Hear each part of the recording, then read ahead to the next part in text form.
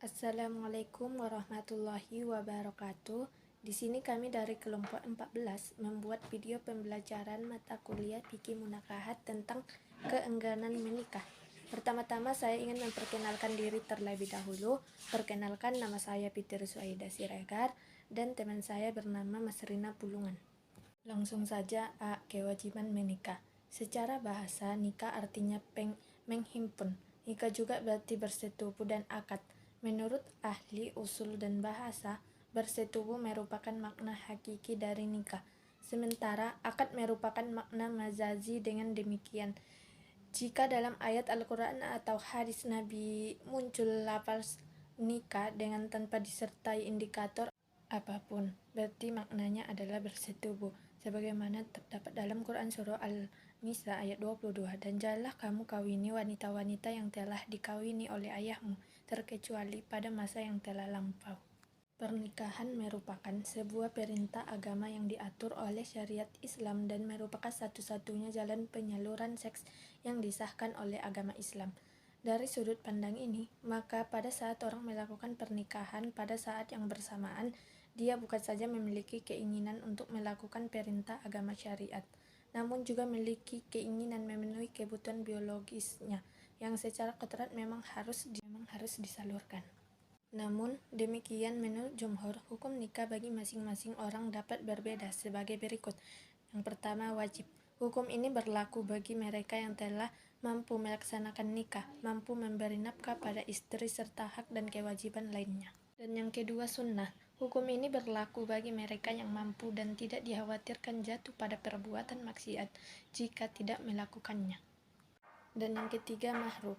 Hukum ini berlaku bagi mereka yang merasa bahwa dirinya akan berbuat zalim pada istrinya jika menikah, namun tidak sampai pada tingkatan yakin. Misalnya, karena ia tidak memiliki nafsu yang kuat, khawatir tidak mampu menafkahi, tidak begitu menyukai istrinya, dan lain-lain.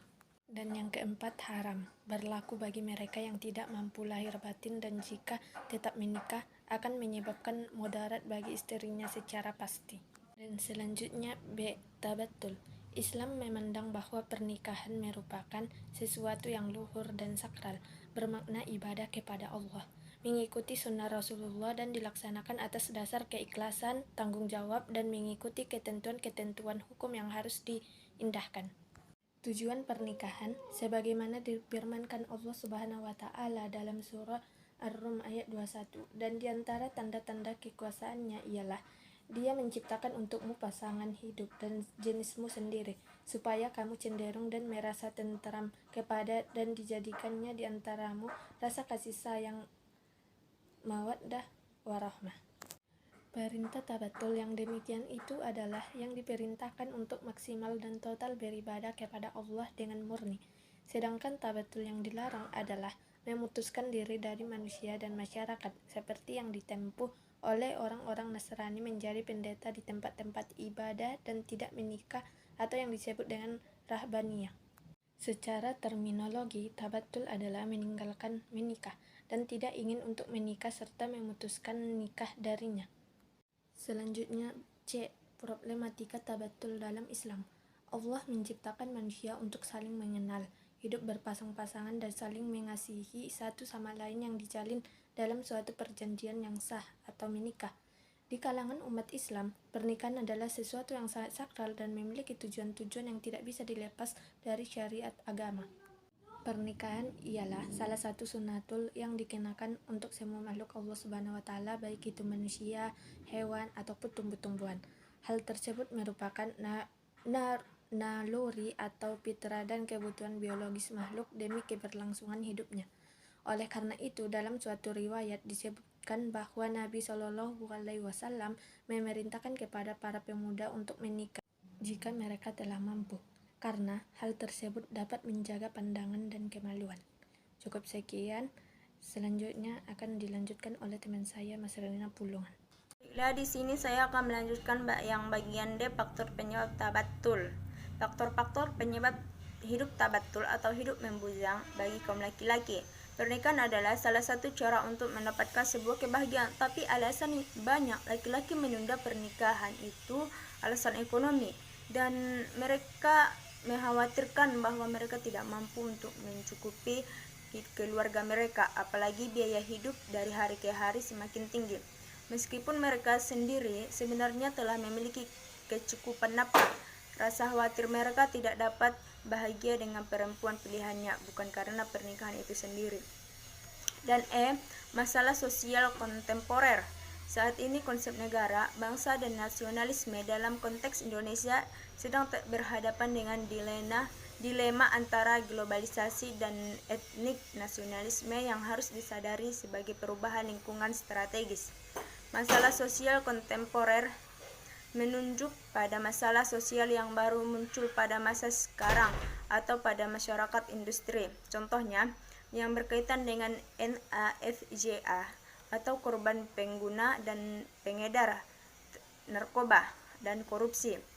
Dan F. Solusi. Langkah-langkah hukum untuk menghadapi masalah korupsi telah dilakukan melalui beberapa masa perubahan perundang-undangan, dimulai sejak berlakunya Kitab Undang-Undang Hukum Pidana 1 Januari 1918 KUHP sebagai suatu kodifikasi dan unifikasi berlaku bagi semua golongan di Indonesia sesuai dengan asas konkordansi dan diundangkan dalam Statbald 1915 nomor 752 pada tanggal 15 Oktober 1915, Undang-Undang nomor 31 tahun 1999 tentang pemberantasan tindak pidana korupsi. Dalam hal pemberantasan korupsi, ratifikasi UNCAC memiliki arti penting bagi Indonesia, yaitu 1. Meningkatkan kerjasama internasional, khususnya dalam melacak dan membekukan, menyita, dan mengembalikan aset-aset hasil korupsi yang ditempatkan di luar negeri. Dan yang kedua, meningkatkan kerjasama internasional dalam mewujudkan tata pemerintahan yang baik. Dan yang ketiga, meningkatkan kerjasama internasional dalam pelaksanaan perjanjian ekstradisi. Dan yang keempat, mendorong pencegahan dan pemberantasan tindak pidana korupsi di bawah payungan kerjasama pembangunan ekonomi dan membantu teknis pada tingkat bilateral, regional, dan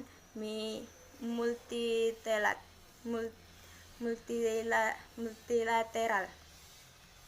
Dan yang kelima, harmonisasi peraturan perundang-undangan nasional dalam pencegahan dan pemberantasan tindak pidana korupsi sesuai dengan konvensi ini.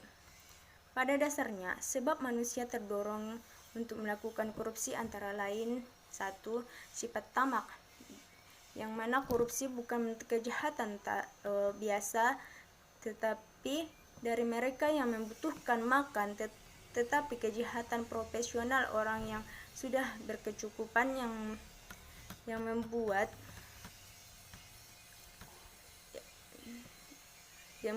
hasrat mereka besar untuk memperkaya diri dengan sifat rakus atau serakah.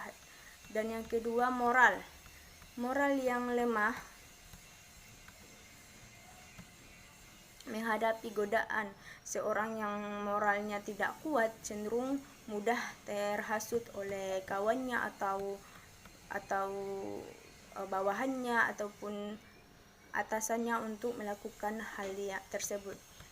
Dan yang ketiga, gaya hidup yang mewah yang mendorong dia untuk korupsi dan memperhalalkan semua cara untuk mendapatkan uang yang banyak dan bisa berhidup